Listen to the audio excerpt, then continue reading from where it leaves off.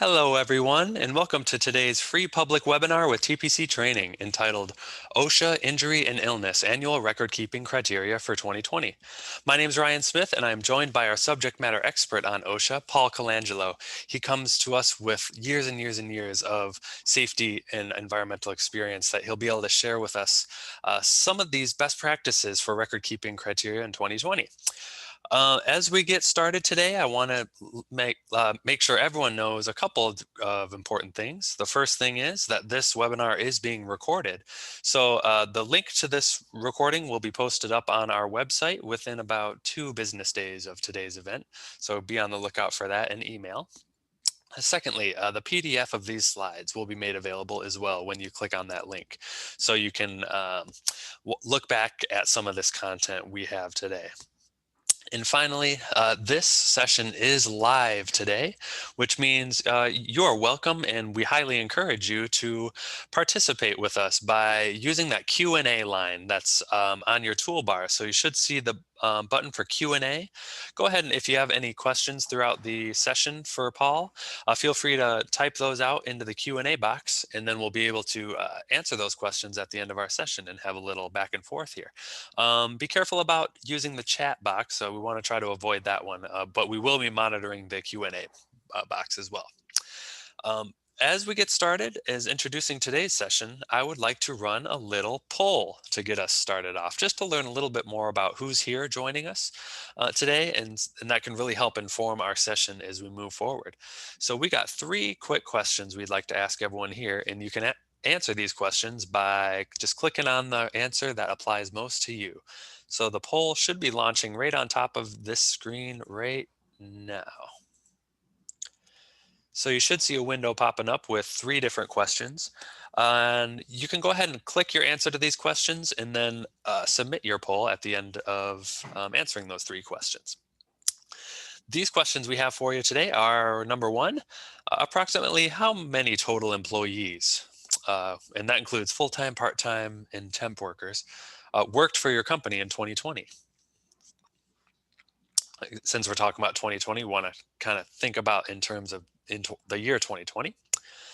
The second question being, if you are assigned to OSHA injury and illness record keeping for your company, how is your role best described? Are you the owner of that company? Are you part of the environmental health and safety department with your company? Human resources, administrative, or another role? And then finally, our last question we have for you is, how would you best describe the current process you have for OSHA injury recording? Are you using hard copy? Are you doing digital or mobile forms? Workforce management technology or software? Or another form of doing your record keeping? So we got the answers really coming in here. I'm going to give you all just a couple more moments to collect them here. Looks like the answers are starting to level off. This is looking great. Thank you so much for your answers. So I'll close the poll in 3, 2, 1. Great. Thank you so much for your answers. And now I'm going to share the results with you and just go over those real quick, and then I'll hand it right over to Paul. Sharing the results now, you should see the distribution of the answers that came in. So it looks like most of you, at 45%, have companies that are more than 250 people in size. So definitely some large companies at the table today. Second is at 27%, these kind of medium size, 101 to 250 person companies. Question number 2 results. So far and away, many of you tuning into this webinar, 54% of you are environmental health and safety folks for your company. And that'll be important for us as we continue to learn how your role can be utilized to do this record keeping. And then finally, question 3, looks like just barely inching out hard copy was digital and mobile filling out of these forms for your record keeping, but at 43%, but then at 41, just behind, people are still managing in hard copy for their record keeping for the forms. So thank you so much for participating in your poll. That really helps us to know who's here and who's participating today. So you can go ahead and X out of that little white window for the poll and bring you back to the presentation behind it. And without further ado, I'll hand it over to Paul. Thank you so much for being here, Paul. Ryan, thank you very much, and good afternoon and Happy New Year, everyone. Can't believe another year is upon us. Thank you very much for joining us today. And January is always an interesting time of the year for those of us in occupational safety and health when it comes to OSHA record keeping compliance requirements. So thank you also again for answering those poll questions. I always like to get a feel for what my audience is like going into a topic like this. I'm always mindful of the fact that whenever anybody chimes in for a webinar, some of you may have just started doing OSHA record keeping for your company, or perhaps there wasn't a reason that OSHA record keeping applied to your company prior to 2020. Some of you may be familiar with the standard, and there are also many of you on the webinar today that looks like you've got some experience doing this, and maybe you're just kind of chiming in, looking for a tip or trying to get a question answered. As Ryan mentioned, there is a Q&A feature in the webinar, and typically what we try to do is compile these questions. If there's enough time at the end of the webinar for me to answer them, I certainly will take on as many as I can. And as I usually point out, if there's something I don't know the answer to, please make sure you leave your contact information and I will do my best to get that question answered for you. So let's take a quick look today at our session agenda. We're going to just give ourselves a little overview of OSHA's 1904 record keeping regulation. I'm basically just going to take us into the OSHA website, and I'm going to navigate around to some important pages that should be able to help you get some questions answered, especially for those of you who aren't familiar with OSHA's website. I'm then going to be talking about severe injury reporting requirements. We're going to then segue into the important forms that typically are required to capture the information and for also reporting and posting requirements as well. And then I'm going to finish up the webinar with talking a little bit about electronic submission of records. In looking at the polling answers, it seems that there may be many clients on the line today that this applies to if you have a large number of employees. So I will get into some of that information toward the end of the webinar. And then I'm going to finish it up with an unfortunate topic that we've all had to deal with throughout 2020, which is COVID-19 and the effect it has had on our workforce, and especially when it comes to our record keeping criteria. So I am first and foremost going to take us to this slide where I put down three very important links. And what I'm going to do now is I'm going to click on the first link that'll take us directly into the OSHA record keeping regulations. I'm not going to come back to this screen to click on these other links. I've checked all the links. They're all active and working. But what I am going to do is once I do get in here, I'm going to just navigate around from there. But if somebody is doing this for the first time, you're going to get a copy of this PowerPoint, and you could just go right back to this slide if you'd like and click on the links themselves. So first thing I'll do is I'll click on the OSHA link. I've always do this holding my breath because you never know if OSHA's website is going to be down for maintenance. But anytime that you want to take a look at regulations for OSHA record keeping, a lot of times what I'll hear is, where do I find them? Do I find them in the construction regulations? Do I find them in the general industry? These are actually their own separate set of regulations. They're actually CFR, 29 CFR 1904. And if you look down here through the sections and subparts, you're going to see how it starts off with exemptions. It then talks about record keeping forms and criteria. One of the more popular sections is this general record recording criteria. I'll quickly click on that. One of the things you'll notice about these regulations and what I've liked that OSHA has done through the years, they come up with Q&As in here, which are really great because people have a lot of questions about record keeping. And what I noticed that they've done that you normally don't see in their standard regulations like construction and general industry, you see a lot of bold text questions, and chances are, if you have questions about this, it's been asked before. So please make sure you pay attention to all these bold type questions because once again, They tend to be more popular when it comes to confusion that people have over the record keeping regulations. But again, it's not very long regulations as compared to the others, but usually anything that you're going to have in here that you have a question about for record keeping, you can find within the regs themselves. Um, from here, I also want to go into the record keeping requirements landing page. That's another link that I've put in the slide. Anytime you're talking about record keeping requirements, important information, you'll notice that in OSHA's website, there's a lot of different ways you can access information, not just one way. There's typically 3, 4, 5 different ways you can navigate to a certain page. But they put drop downs in here, such as the improved tracking rules, severe injury reporting. If you want a quick link to all the forms, you can find them here. If you go down here toward the bottom, this starts talking about electronic submission of records, which I'll be talking about a little bit later. This is their main landing page for record keeping requirements. And I may come back to this a few slides down in the presentation, but I just wanted you to see where it was located. So you can find that under the topics heading under record keeping. I also, back to the laws and regulations, another interesting area that you want to take a look at is the interpretations. For those of you who aren't familiar, letters of interpretation can be very, very helpful in a couple of different ways.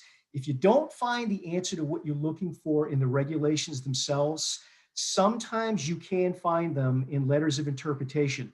And you can go by publication date or standard number. I typically like to search by standard number. And you would want to go right here into part 1904.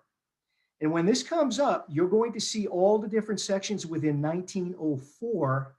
And through the years, this is where employers have written letters to OSHA asking specific questions for more clarity. And what you'll find here is a list of all those letters. And some of these letters are very old. Some of these letters can be 20, 30, 40 years old. And some of them are very recent. But what I can tell you is that through all the years I've been in environmental health and safety, I frequently go to the letters of interpretation website to see if there's anything in there that someone's already asked to get some better clarification on a standard. And by the way, you can do this with any of the OSHA regs in construction, general industry. So again, letters of interpretation can be very, very helpful in determining any questions you might have. The other thing I also want to make sure that you know about are the state plans landing page. When it comes to record keeping, most states will follow the federal guidelines. But if you take a look down here at this map, this will show you all the states out here that either follow the federal guidelines, which is in light blue. Some of the states that have their own state plans, but they only apply to state and local government workers, or as we would call them, public workers. My home state of Connecticut is one such state. And then, of course, there are the states that have their own OSHA-approved programs.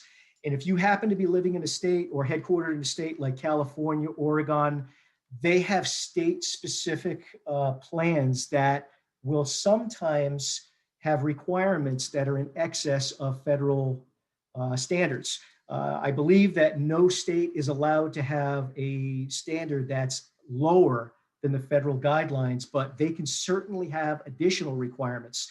So what I always tell people is whenever you're talking about any OSHA topic at all, whether it be record keeping or anything else, you always want to make sure if you happen to be in a state with its own plan, check it out and make sure that there aren't any specific guidelines you need to be following. What I can tell you is from experience, most states out there almost mirror the federal record keeping guidelines. Again, there may be a little tweak here and there depending on the state you're in, but most of them do mirror the federal guidelines. So I wish I could spend a lot more time on this, but in the essence of time for the webinar, I'm going to get back out here to our PowerPoint presentation. And I'm going to start off by just asking, the common sense question. So why the need to record and report workplace injuries and illnesses? Other than the fact that OSHA just requires it for certain employers, this is a way, let's face it, record keeping is one of those criterias that I know that I use that as a measurement device whenever I'm looking at a company's safety culture.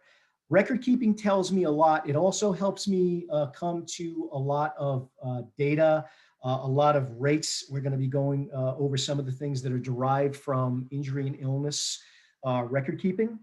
But basically, it does help OSHA to better understand what employers are up against, some of the industry hazards for especially some of the higher hazard areas, industries like construction, uh, all in the goal of doing what? Reducing, eliminating, and preventing these incidents from happening again. Again, data is very powerful. Once something does happen in the unfortunate event, it's very important that we collect the data. It's very important that we record and report this data, but we also have to learn from this data as well. Our biggest goal is to make sure that this does not happen again.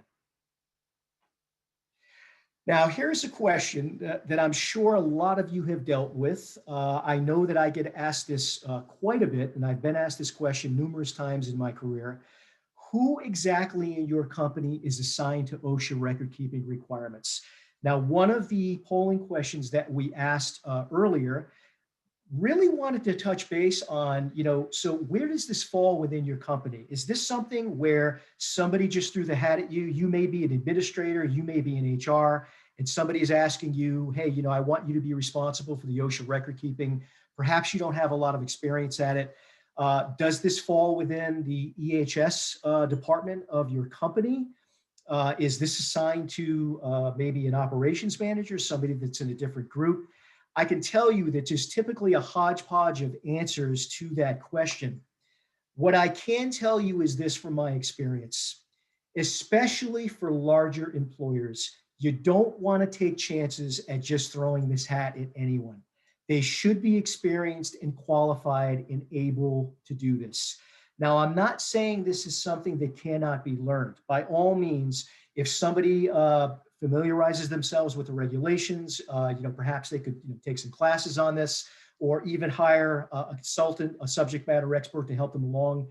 There's no question about it. This is something that can easily be learned and managed within your company.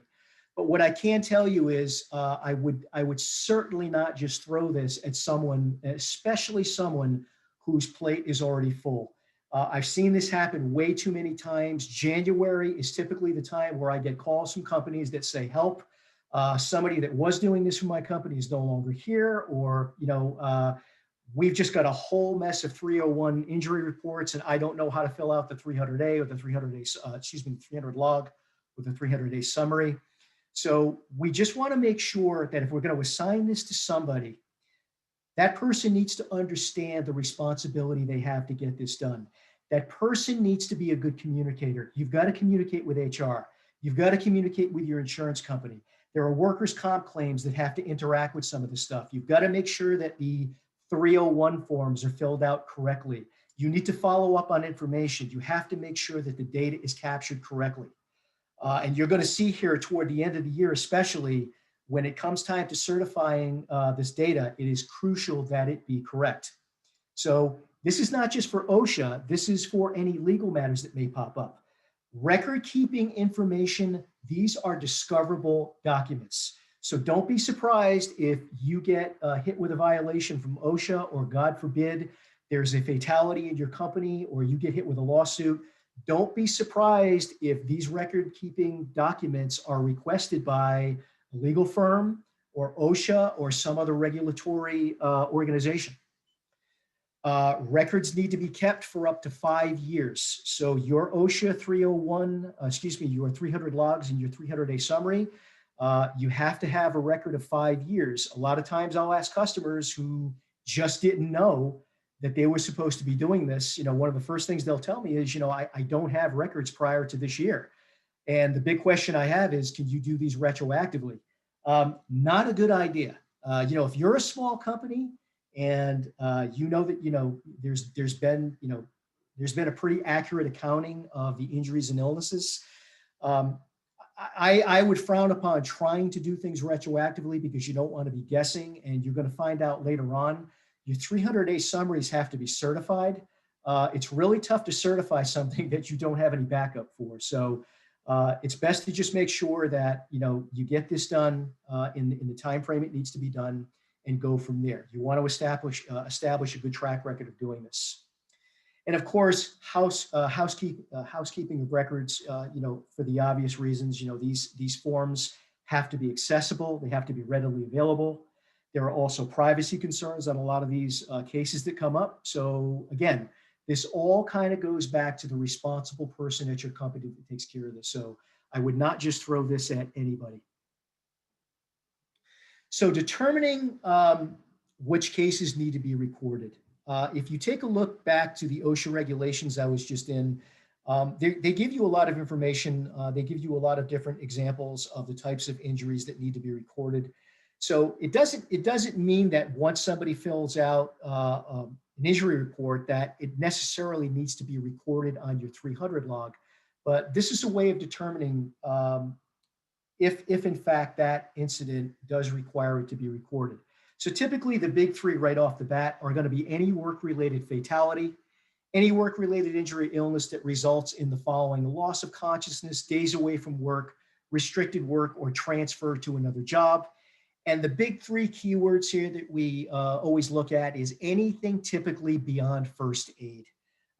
Chances are, if something does go beyond first aid, regardless whether that first aid is being done by somebody in your company, a fellow employee, sometimes first aid can even kind of stem from emergency room triage, things of that nature. If it goes anything beyond that, chances are it's going to be a recordable case. Then, of course, there are other specifics for things like cancer and chronic and irreversible diseases, tuberculosis, sharps, needle sticks, things of that nature. But most often, the first three listed here are what you're going to be dealing with.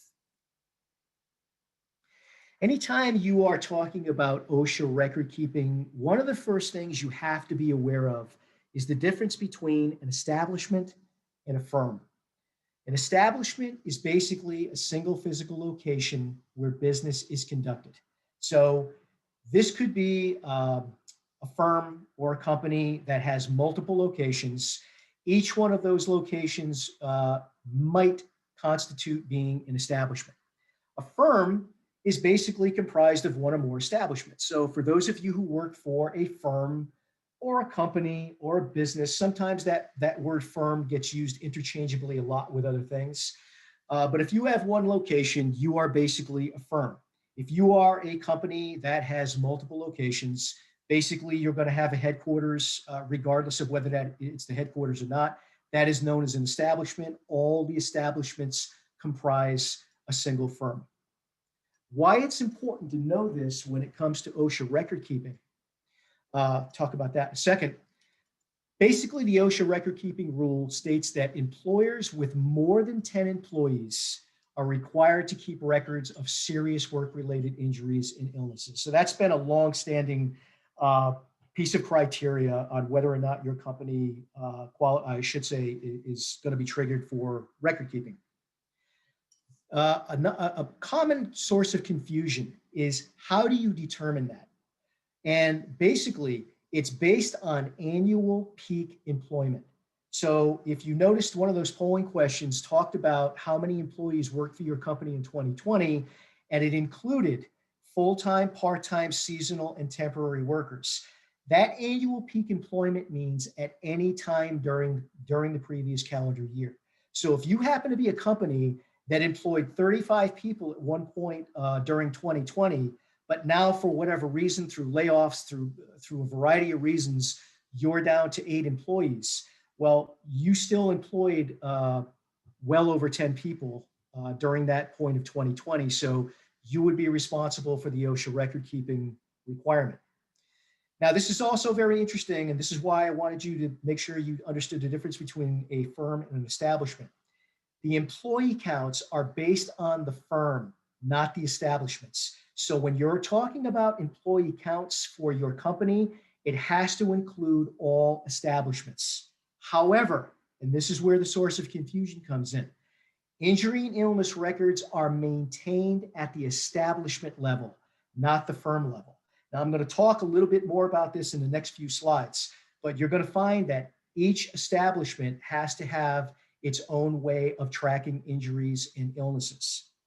Now, a question that comes up, and you're going to find this in letters of interpretation, a lot of companies ask, is there a way I can have a central repository for all injury and illness record keeping for my company? The answer is yes, but there are some other criteria that has to go in accordance with that. You have to have a way of, I believe, transmitting that data to any of your establishments within 7 calendar days. And also, you have to have a way to make sure that these records are available if any establishment is asked about these records. By the way, another common question that comes up is when it comes to people asking to see these records, if you have an employee or an ex-employee or a regulatory body and they request to see your OSHA 300 log or your 300-day summary, regardless of what time of the year it is, do you know how long you have to provide those records? A lot of people think you have 30 days. The answer to that question is actually by the end of the next business day. So you can see really quickly how important it is to make sure that these records are readily available and accessible. There are some stipulations to that, especially when it comes to privacy concerns, but just make sure again that whoever is in charge of record keeping, or perhaps if you're using a software program, that you do have a way to make sure that these records are obtained quickly.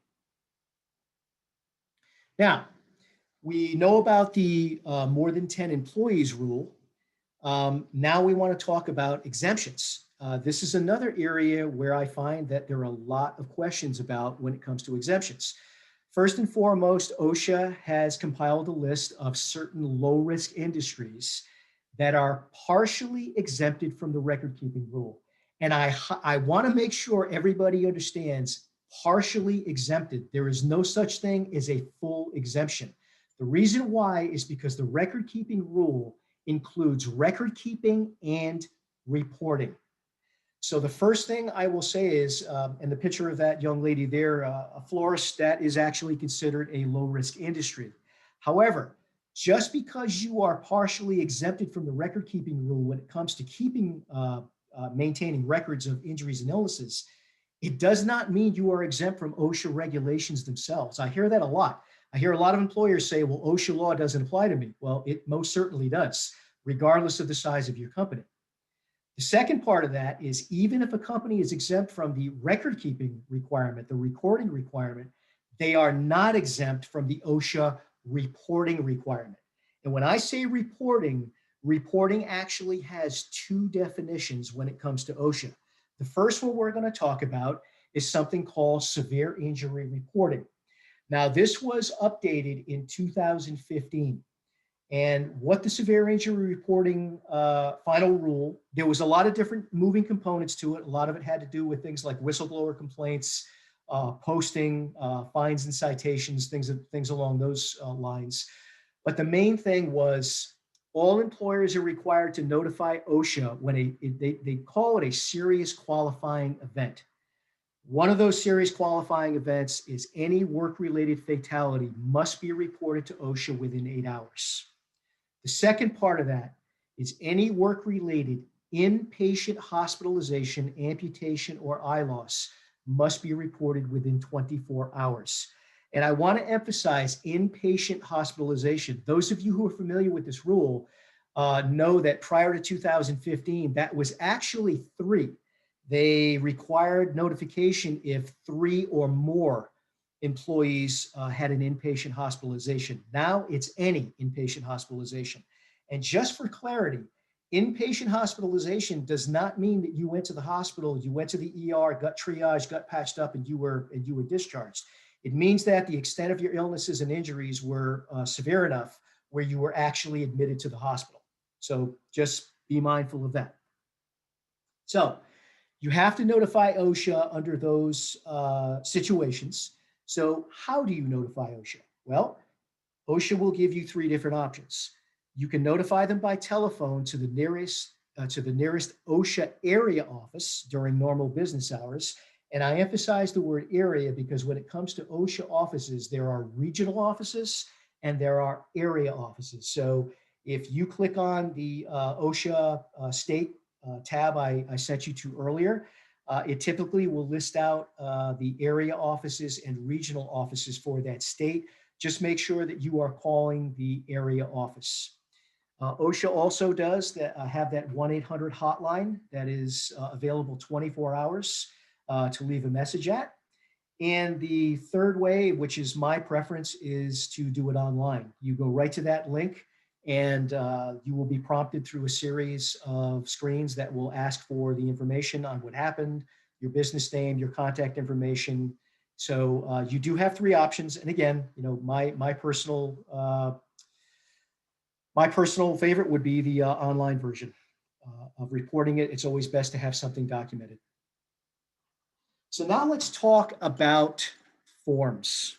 So your three go-to forms when it comes to OSHA record keeping is going to be your 301 injury and illness incident report, your 300, which is the log of work-related injuries and illnesses, and your 300A summary of work-related injuries and illnesses. Another question that I get hit with a lot is, do I actually have to use OSHA's forms? Well, if you look at the text that I put at the bottom there, that's actually OSHA language. OSHA says that you can use equivalent forms. However, if you look, it does state that it has to have the same information. It's got to be as readable and understandable and is completed using the same instructions as the OSHA form it replaces. I do know, for instance, that when it comes to the OSHA 301, I know a lot of insurance companies for workers' comp purposes will use a first report of injury form that is very, very extensive. OSHA has no problem with any form that is over and above what their forms have. You just want to make sure it has at least as much information on that form. I don't particularly know why you'd want to use any other different forms, but again, there's a lot of stuff out there on the market, a lot of aftermarket companies that do have these types of equivalent forms. I also know that a lot of folks now are using technology. They're using workforce management systems and software. They're using mobile forms. There's a lot of digital data input. So there's a lot of great stuff out there that's available. You just want to make sure that you are, in fact, using something that OSHA is going to approve of. So the OSHA 301 Injury and Illness Incident Report, and again, a lot of you may refer to this as a first report of injury. This just basically captures the basic information about the incident itself. The date, the name of the employee, the basic description of the incident. This should seem very simple, cut and dry, but I got to tell you, in my experience, what gives me the most headaches is typically 50% of the time, these documents are missing critical information. They may be missing information just because the employee did not understand the information that needed to be put in there for whatever reason. Maybe this got put off to their manager and the manager just didn't have time to fill it in. What I can tell you folks is please make sure that these documents get completed in full. As you can see that you need to document the incident within 7 calendar days after you receive the information about the case. And then, of course, you've got to decide whether or not that's recordable. You don't want to keep going back and forth and chasing people down. And typically, whenever you have to start doing that, chances are the information is going to end up being wrong. The date of the incident is going to be wrong, or the description. There's going to be a lot of things in there that just may come through as not accurate. So I think the thing that you definitely want to make sure you stress to your workforce, your employees, your managers, this information has to get completed and it's got to be forwarded in a timely manner.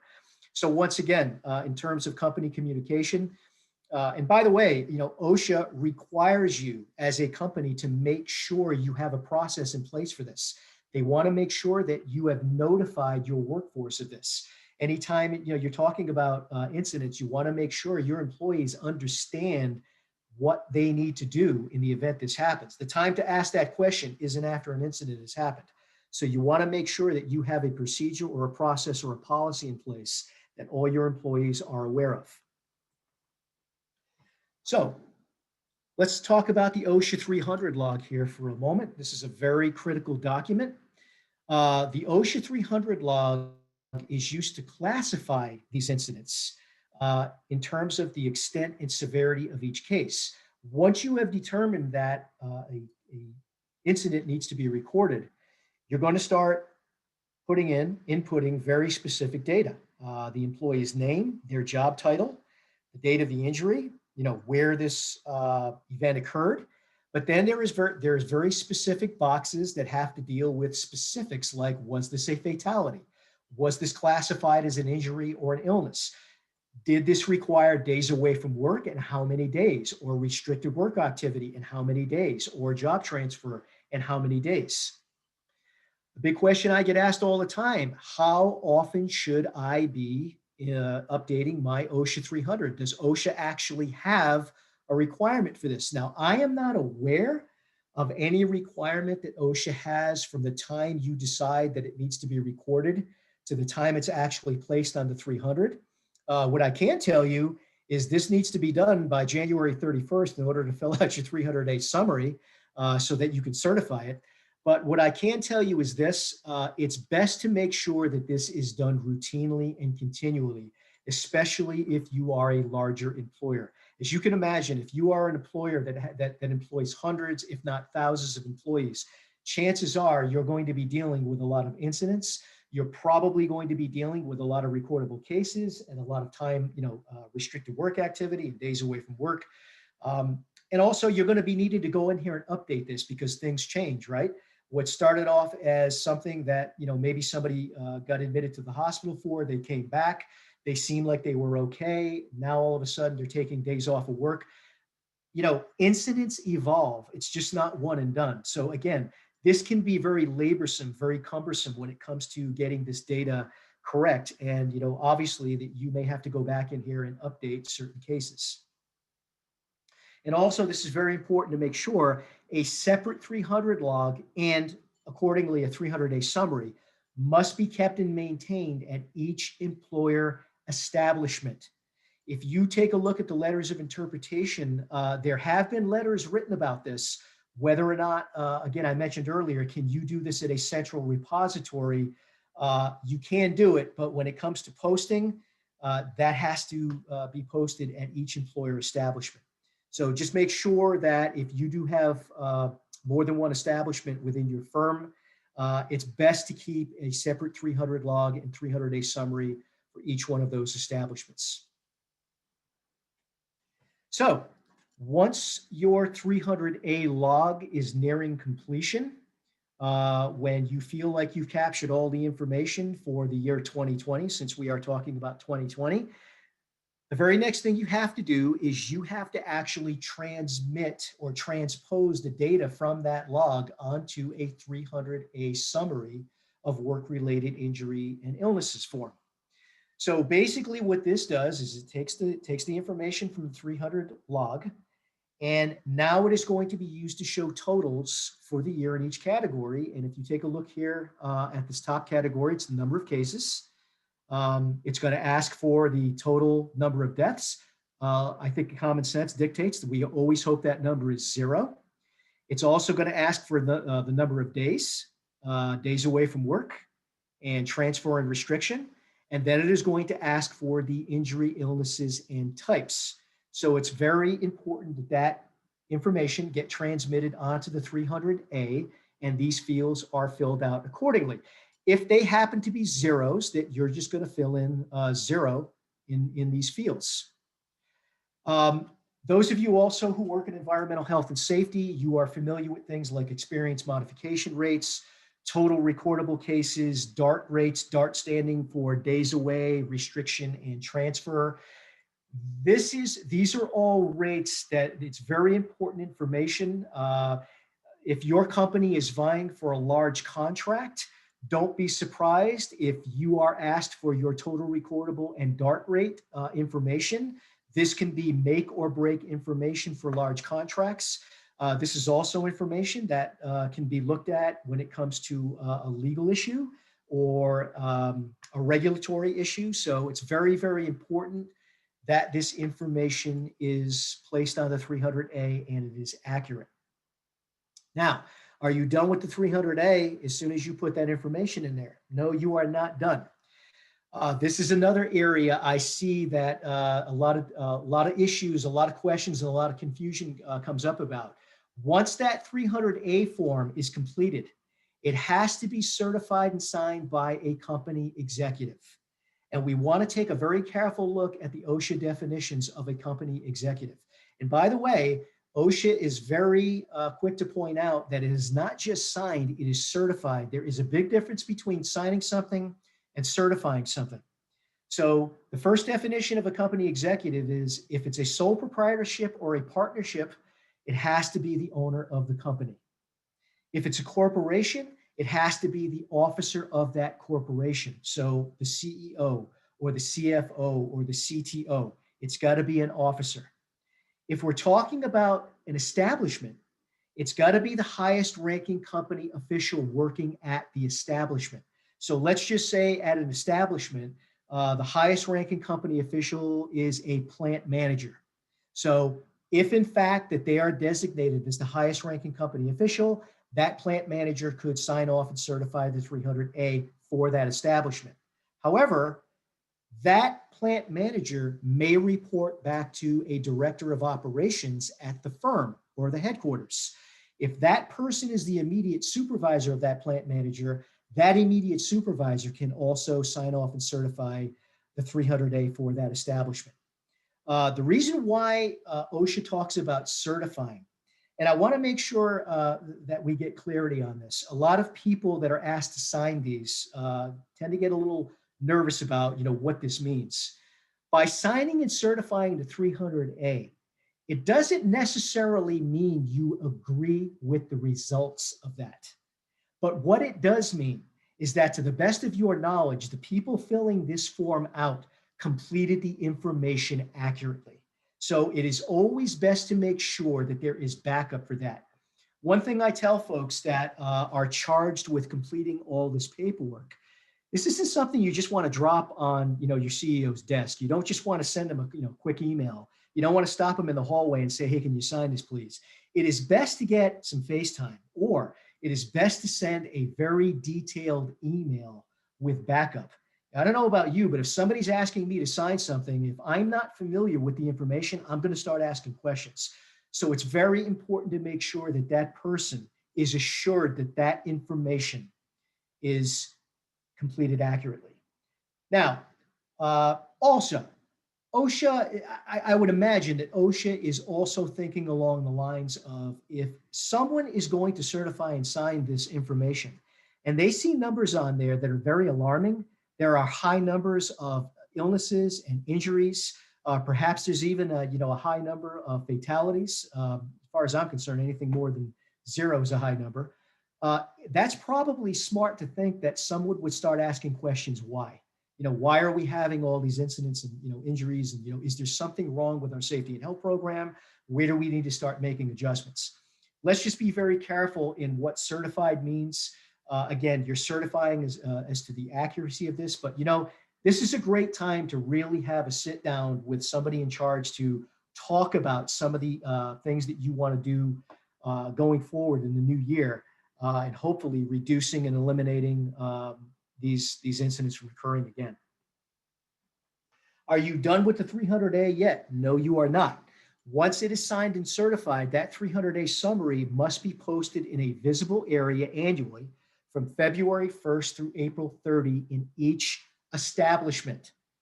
A lot of times the question comes up, well, what if I had no recordable, what if my OSHA 300 log doesn't have anything? The fields are zero.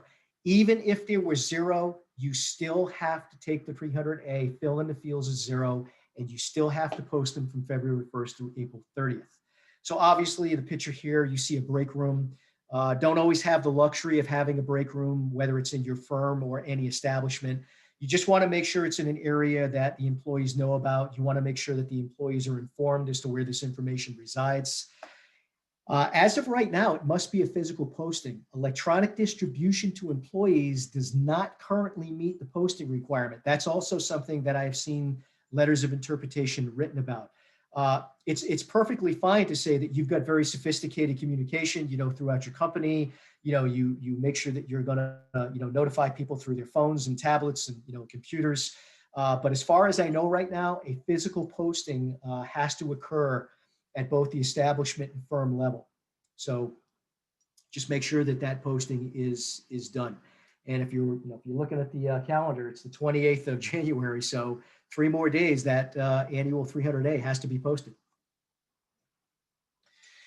Now, folks, let me tell you, those forms, again, if you start getting into all the data that is inputted, if you go back to the OSHA regulations, folks, I'm not going to kid you. A lot of these incidents can be very complex. Sometimes they're not just cut and dry. There's a lot of questions you're going to have to ask. There's a lot of things you're going to have to just determine. Again, every case is specific. Sometimes, it's just a matter of somebody wrenching their back. They get back to work. Everything's fine. And sometimes you get a very serious situation where somebody's either got a life-threatening injury or illness, and now that record-keeping case criteria gets very complicated. So again, I just want to point out that within this webinar, there's only so much time to go over this information, but again, there's a lot of good links there from OSHA, a lot of good information that you can access. And again, if you do have questions, we can try to get those answered for you at the end. Electronic reporting requirements, or ERR. This is something that occurred back in 2016. It was part of something called the improved, it was part of something called the improved tracking final rule. And this actually had employers kind of up in arms, made a lot of people nervous when this first came out. As such, the enforcement dates from OSHA got moved around a lot. Even though this came about in 2016, enforcement dates it was kind of a moving target on them. But basically, the electronic reporting requirements state this. Establishments, again, not the firm, establishments with 250 or more employees currently required to keep OSHA and injury illness records, or establishments with between 20 and 249 employees classified in certain industries. And if you click on that link, you're going to see those certain industries are more higher risk in nature. Right off the bat, you're going to see construction and manufacturing, things of that nature. So a lot of people just seem to think that the rule applies to 250 or more employees. That's not true. If you happen to be in a high risk injury or a certain injury listed within that link, if you have 25 employees or 20 or 21 employees, that rule is going to apply in an establishment. And once again, ERR is based on the size of the establishment, not the firm. What OSHA launched back in 2016, and they've made some tweaks to this, they developed something called the Injury Tracking Application, or the ITA. And you know what I think I'll do? I'll just go ahead and click on this. It's going to take me into the ITA landing site, okay? And it's going to basically walk you through what you need to do here, okay? It's very, very simple information to understand. And this is how you actually launch the injury tracking application. It's going to take you into a login field where, if this is the first time you've been in there, you're going to actually have to create an account. If not, you just go ahead and put your login information, and then you're going to submit your information accordingly. Now, people ask, well, if I have 30 qualifying establishments in my firm, does that mean I actually have to submit that OSHA 300A summary for each establishment? Yes, you do. But you do not have to have 30 separate accounts. That's not the way it works. There's one account for your company name or your firm name, and then each establishment is assigned a specific number. So let's just say your company name is ABC Company, ABC Firm. That's how your account is going to be set up, but each establishment is going to be assigned a number, such as ABC Firm 1, ABC Firm 2, and that's how you're actually going to submit your 300A summary electronically. This has to be done by March 1st of each year. So this March, excuse me, did I say March 1st? My apologies. March 2nd of each year, 2021, or whenever requested by OSHA. So OSHA could contact you at any time and ask that you resubmit your information. But just as rule of thumb, annually, it has to be submitted by March 2nd of every year. And again, this caused a lot of waves within the industry as about why OSHA was doing this. If you ask OSHA, here are their reasons. It's used to improve OSHA's ability to identify establishments that experience higher rates of occupational injuries and illnesses. Once again, they're looking to target outreach programs, perhaps additional training, enforcement initiatives, all, of course, with the goal of reducing injuries and illnesses. I know that one of the big issues was, privacy. Is OSHA going to publish this information? Perhaps are they going to, start calling out, specific information for companies? There was a lot of reason to be concerned, but I believe OSHA got the bugs hammered out. But the bottom line is ERR is real. It is a rule. If it does apply to you, make sure that you are getting this done. So electronic reporting requirements as part of the improved final rule. And I am going to finish up today's presentation with talking a little bit about COVID-19 and how this affects our record-keeping criteria. So, folks, I think we can all agree that 2020 was a very unique year for a lot of reasons, and typically stemming from this coronavirus pandemic. What I will tell you is that COVID-19 is classified as a covered contagious disease under the OSHA record-keeping rule. People automatically, when they think of a contagious disease, they'll think about things like the common cold or the flu. Interestingly, OSHA does not include the common cold or the flu in record keeping. However, because of the highly infectious nature and the widespread nature of the disease and all the unknowns about it, they have classified the COVID-19 infection as a contagious disease. A contagious disease like tuberculosis, like hepatitis A. So there are a lot of different contagious diseases under the OSHA record keeping rule. Just know that OSHA with COVID-19 it is covered. Obviously, it is a fluid and rapidly evolving situation. There have been so many questions, so many issues that have come around COVID, whether or not to report it, how to report it. The bottom line is, we just don't know enough about this disease right now. One of the biggest problems has been actually determining whether or not the employee was infected at work or not. So it's got to be a confirmed case. If you're going to use this in terms of record keeping criteria, it's got to be a confirmed case of COVID. Whether or not that employee actually acquired it at work can tend to be a very difficult situation to straighten out. I think most employers are of the opinion it's best to assume that the employee did get it at work, as to not assume that. Whether or not there are actual specific ways to determine that through testing, I'm really not sure at this point. I'm sure that the technology is going to improve as we go forward. Right now, the disease it appears to be both acute and chronic. As you know, there are some people that get this disease and they are asymptomatic. They don't have any symptoms at all. Some people catch it and they have very mild symptoms. Some people have it and they are immediately admitted to the hospital with a life-threatening situation. And unfortunately, some people do pass away of this as well.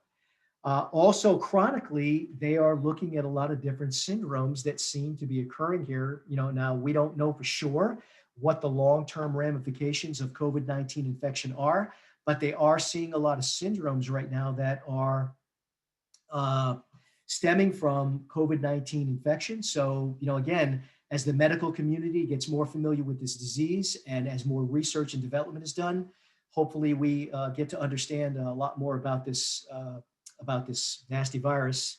And through vaccinations, this isn't something that we need to worry about going forward. But right now, again, it is causing a lot of heartache for folks when it comes to record keeping. I put down what I felt were the three most important links here for employers to access with COVID-19 questions. OSHA, in fact, does have a COVID-19 website. They do have a reporting and recording FAQ landing page. And this right here, I believe, is going to be updated quite a bit. It's the interim enforcement guidance of recording. Right now, the last time they updated this was in May 19th. I don't believe it has been updated since, but you may want to click on that to check. There again, there are a lot of good pieces of information in there to follow. A lot of questions that have already been asked. I read an article recently that very interestingly pointed out that if you remember back to the severe injury reporting rule, that anytime an inpatient hospitalization occurs, you have within 24 hours to report that to OSHA. The question was, if somebody is admitted to the hospital and they feel that they were infected at work, does that qualify as an incident? There was a question that came up whether or not COVID-19 was considered an exposure or an incident. And I think that OSHA has finally come to the determination that they do classify that as an incident. So if you happen to have an employee that it's pretty clear that they acquired COVID-19 at work and they were admitted to the hospital, that is a reportable condition. So I just want to put that out there. And again, that may change. It's very important that I think that you frequent these links and just make sure that the information that you're getting is the latest and greatest. Again, a very fluid situation, very rapidly evolving situation, but does in fact affect our record keeping responsibilities with OSHA. So, again, please make sure that you are routinely going in and making sure that you're getting the latest up-to-date information with COVID. So I'm looking at the clock on the wall. My apologies if I've run a little late on this. It looks like we've got about 5 minutes left here in the presentation. I want to thank everyone for joining today's presentation. I hope the information has been helpful. Left you a couple of contact pieces of information for TPC. We have an email and a phone. If you happen to have any additional questions about this presentation, something that came in that we weren't able to answer today or something we didn't cover, by all means, I'll do my best to get you the answer to this. So with that, I am going to turn it back over to Ryan, and perhaps we may have time to answer a question or two. Sure. Yes, we have gotten a really good collection of questions here, Paul. That unfortunately, just like Paul said, we're not going to be able to answer all of them right here live during the session, but maybe we can get one or two in before we call it a day. And again, feel free to give us a shout, and maybe we will be able to connect you with. So we do a lot of different OSHA type training with our national environmental trainers, materials and things like that. So if you want to continue to learn more, feel free to give us a call. So we're getting a lot of questions about COVID, but that I think you covered pretty well during your presentation there, Paul. As well as a fair amount of questions about kind of where the responsibility lies for reporting. In particular, and I think the other category of questions coming in were about what defines something that's recordable, or does this meet the threshold of being recordable versus this, for instance.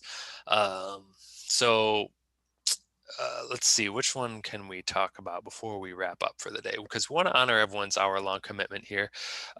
Let's start here just on a general establishment versus firm idea. If an establishment has less than 10 employees, but the firm itself has more than 10 employees, does that establishment still need to keep logs?